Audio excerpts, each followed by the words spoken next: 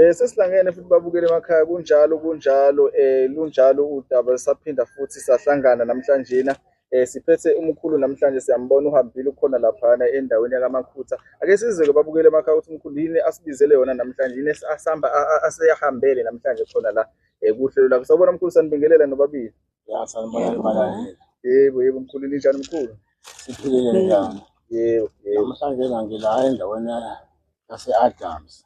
Yebo. Kule ntombazane la ngangilapha i-cancer. Manje iyasidinga ukuze ikiyikhulumele yona ukuthi kwasukwaphi ukugula kwayo kwayaphi iguleni. Hhayi ngizodedela intombazane iyikhulumele yona.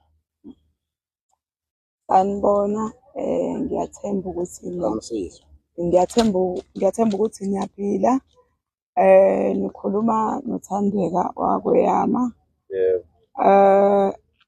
La ngizothanda ukubonga kakhulu, ngizonabisa ngomsebenzi kamkhulu abenza kumina noma esisaqhubeka esayenza nanamanje.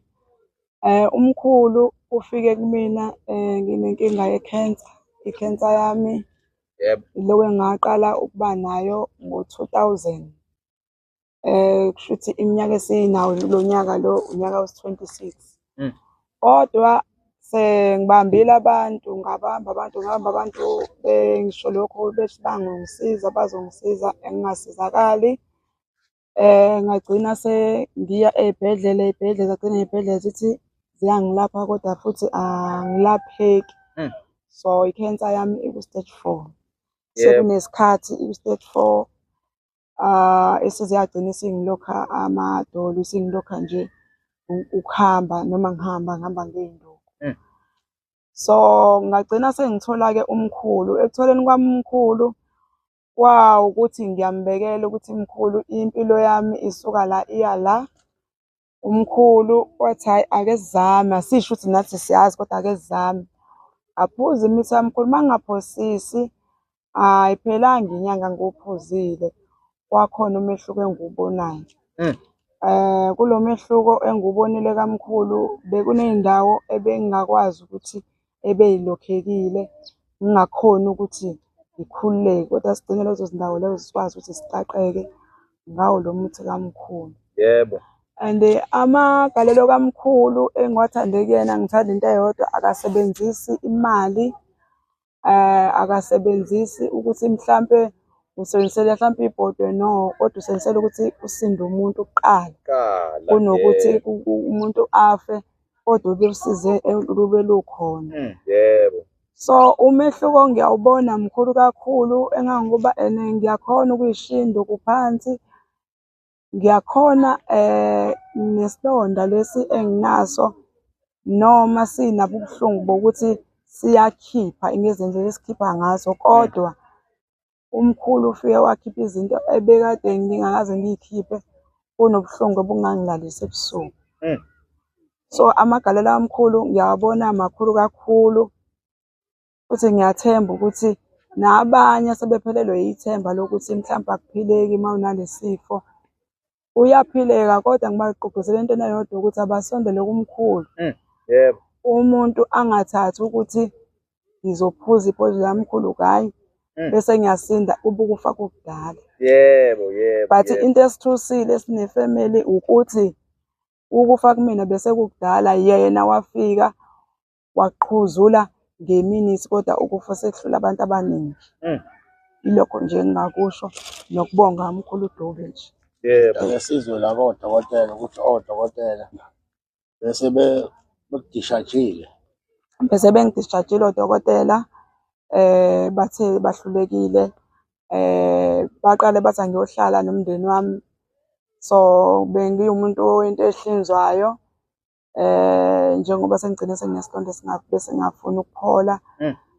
Bengumuntu oseze wagcine eselimala nje ngendlela bethi bayazama bona, kodwa bagcina sebehlulekile sebethi angiyohlala ekhaya. Lolo gaba mhlawumbe sebekusho kwaze kwayikathathu.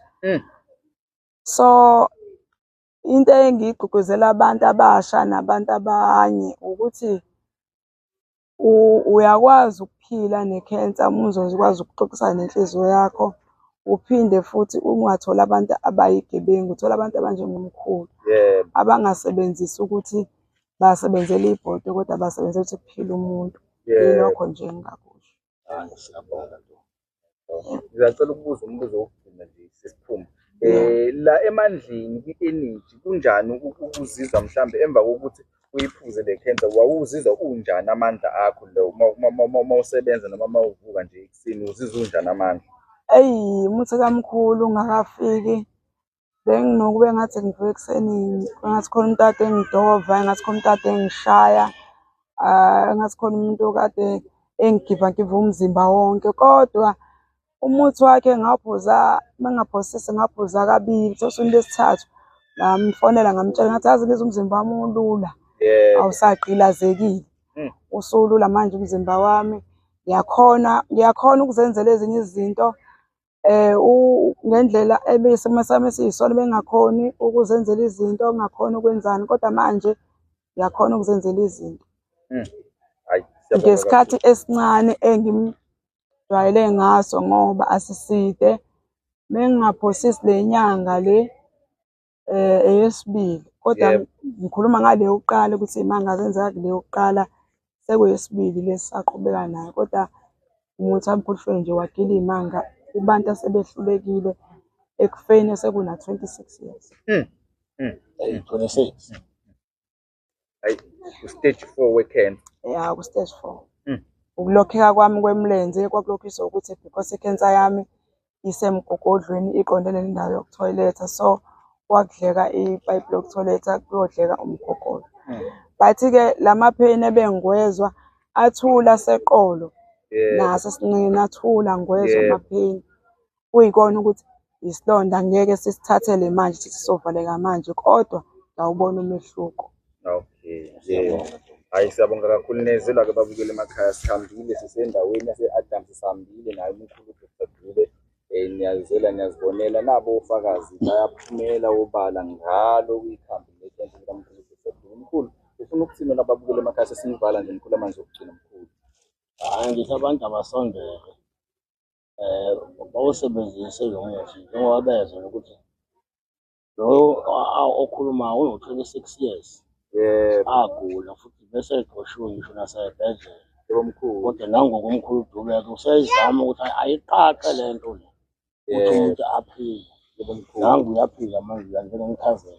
Yebo mkhulu. Hayi, asibonge balaleli. Yebo, siyabonga mkhulu. Hayi, siphume kanjena mkhulu. Yebo. Sawubona bhuti, unjani? Ukhuluma noNtobeko la. Cha, ngithi angibonge nje. Ngathola i-post yakho kwi-TikTok kanti nginenkinga vese. Ngangikade ngiye kwenza i-pap-smear bangitshela ukuthi kunjalo nje. So ngathatha amanamba, ngabona i-post yakho, ngathatha amanamba kaBaba Dube. Then ngase ngafona kuBaba Dube wathi hayi angiye, wanginikeza omunye umfana ukuthi ngizohlangana nayo le nto. Nangampela ngaya khona. Angifuna ukuqamba amanga for 2 days ngawubona umehluko. After lapho ngahamba ngabuyela esibhedlela njengoba kwakushiwo kuthiwa ngibuyele. Mengifika khona bebengasaboni lutho. Bebethe kunesilonda ngaphakathi kodwa lesi silonda bese singasabonakala sesishile. Ngaqalela elinye futhi ilanga ukuthi ngibuyele futhi ngisalindile ngisadla kahle imithi. Ngiyabonga kakhulu, ngiyabonga yazi sengumlandeli wakho ku-TikTok. Ngiyabonga, ungisize kakhulu, wangisiza kakhulu, ngiyabonga kakhulu. Ngicela ukubongelela kuBaba Dube.